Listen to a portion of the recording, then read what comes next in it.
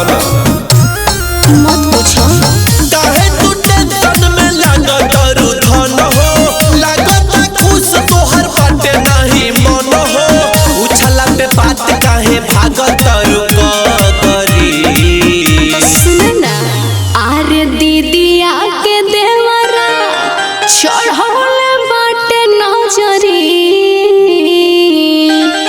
दीदिया के देवरा चढ़ौले बाटे नजरी, चोली के चीज हुई अच्छी खोल चाहे जबरी, चोली के चीज हुई अच्छी खोल चाहे जबरी।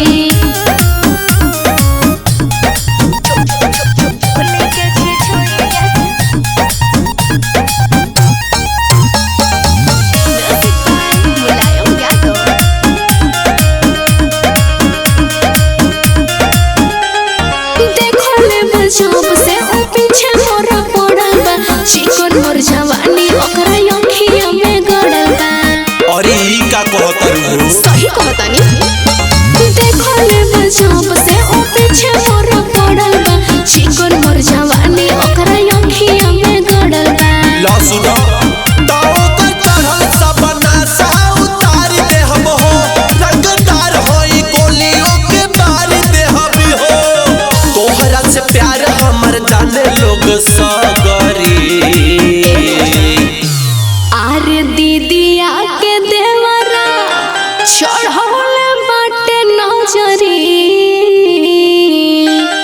दीदिया के देवरा चढ़ौले बाटे नजरी, चोली के चीज हुई अच्छी खोल चाहे जबरी, चोली के चीज हुई अच्छी खोल चाहे जबरी।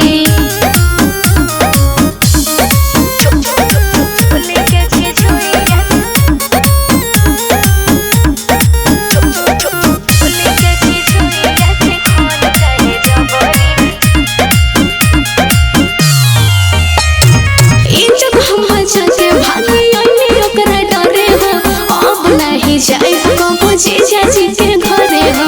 अच्छा सही में? हाँ हो। जब हम बचा के भागी अली ओकरा डरे हो, अब नहीं जाए कबो जीजा जी के घरे हो। सुना चाचा जी करा इंतजार तैयार हो जाओ, काला शादी हमसे सोना तू हमार हो जाओ, रहते राजेश के ना सोटी के ऊपरी।